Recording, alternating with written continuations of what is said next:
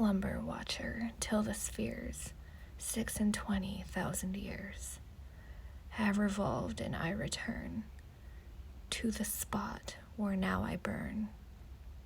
Other stars anon shall rise to the axis of the skies, stars that soothe and stars that bless with a sweet forgetfulness.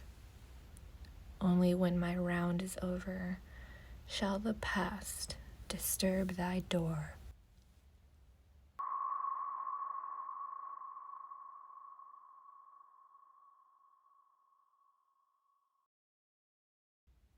Welcome back to my channel, and thanks for tuning in to another scary story. This is Polaris by H.P. Lovecraft. Into the north window of my chamber glows the pole star with uncanny light. All through the long hellish hours of blackness, it shines there.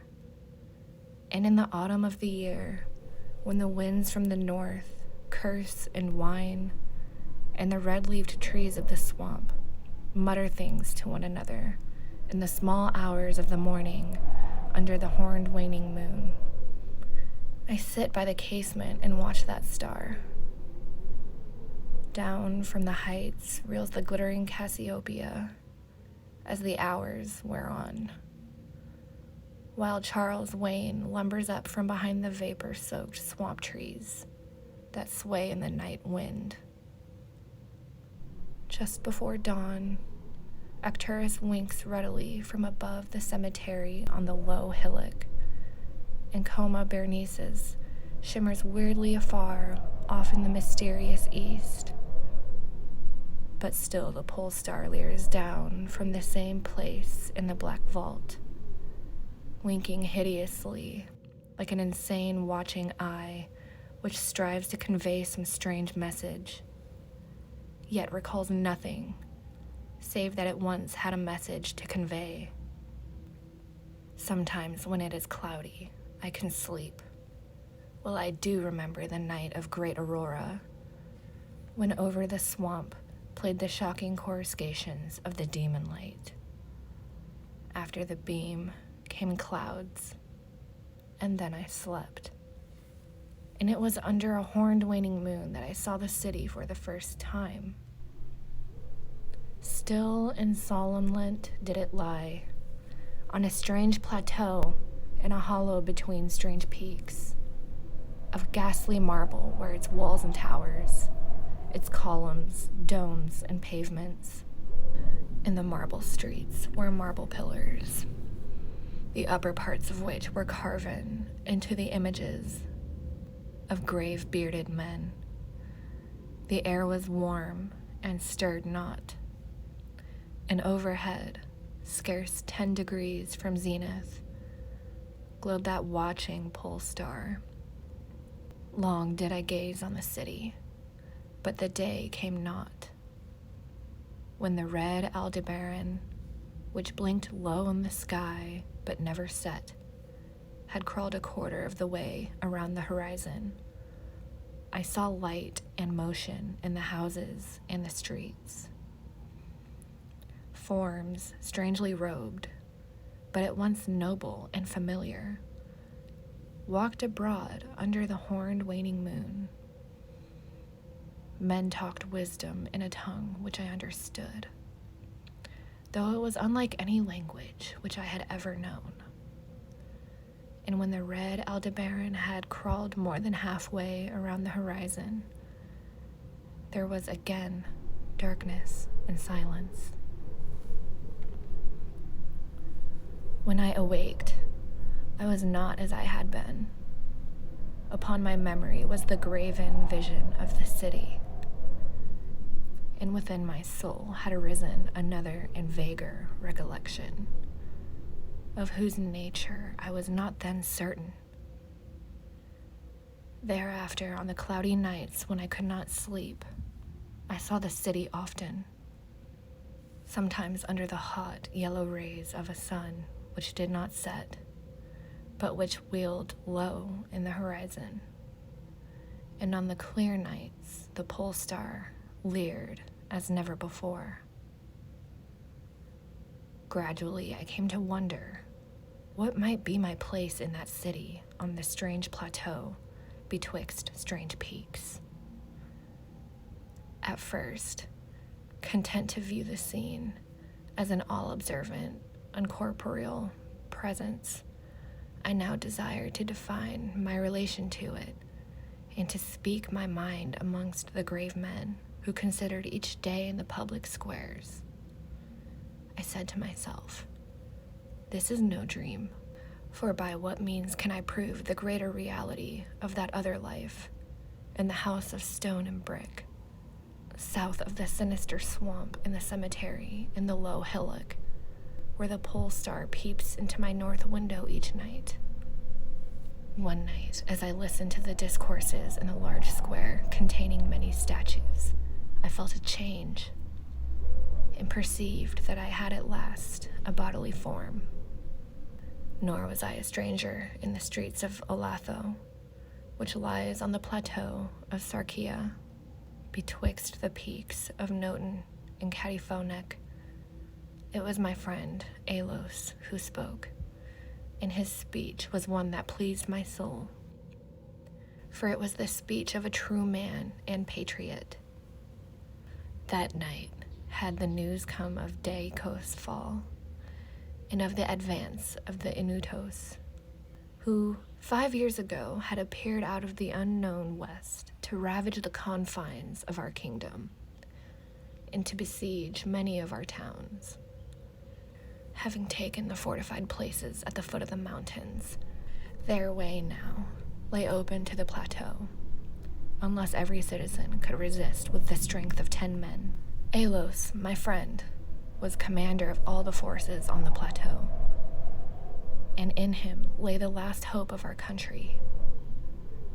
On this occasion, he spoke of the perils to be faced and exhorted the men of Othallo, bravest of the Lomarians, to sustain the traditions of their ancestors,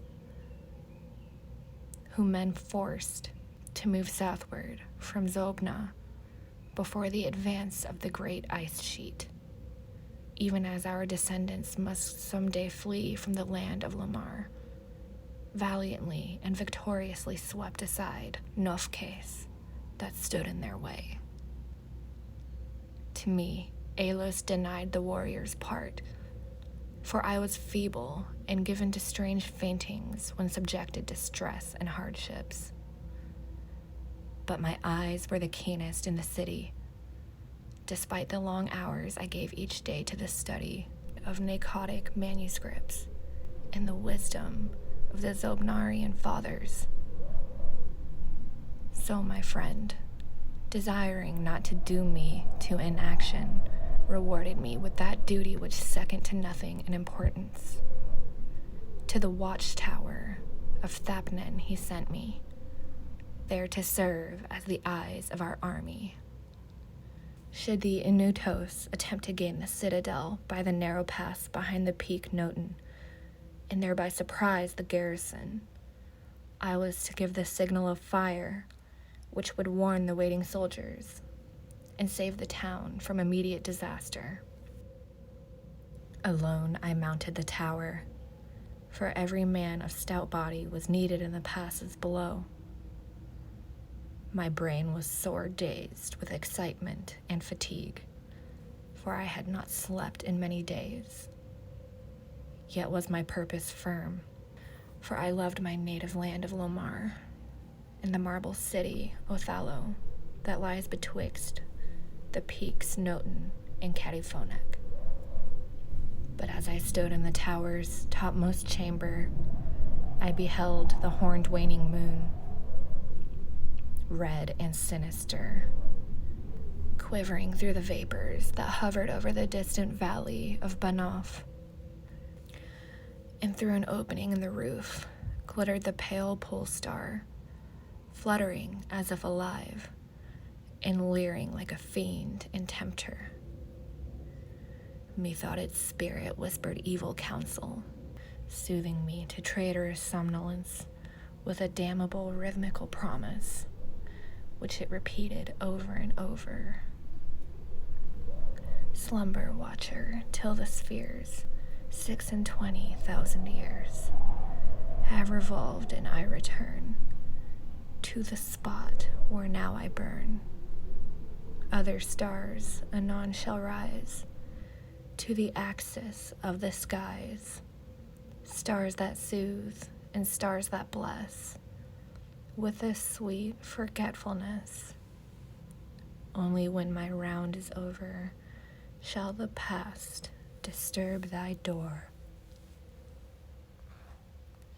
Vainly did I struggle with my drowsiness, seeking to connect these strange words with some lore of the skies, which I had learned from the Narcotic manuscripts.